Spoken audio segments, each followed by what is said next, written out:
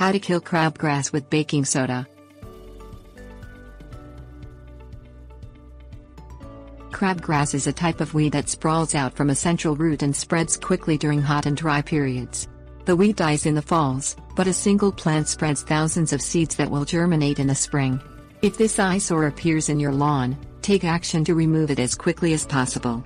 Chemicals are available to combat the weed, but you can avoid the use of chemicals by using baking soda to kill crabgrass. Things you'll need: garden hose or sprinkler, baking soda, garden shovel, plugs or seeds. Water the area containing crabgrass with a garden hose or sprinkler. Sprinkle a small amount of baking soda on crabgrass. Lightly dust the plant and the surrounding area.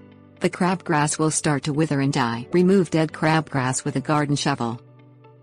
Fill bare spots where crabgrass was removed by planting plugs or spreading seed. New weeds will appear in bare areas if you do not reseed it. Tips: warnings. Use baking soda sparingly. Baking soda is a salt, and repetitive or heavy use causes salt to build up in the soil. A heavy salt buildup can damage the lawn.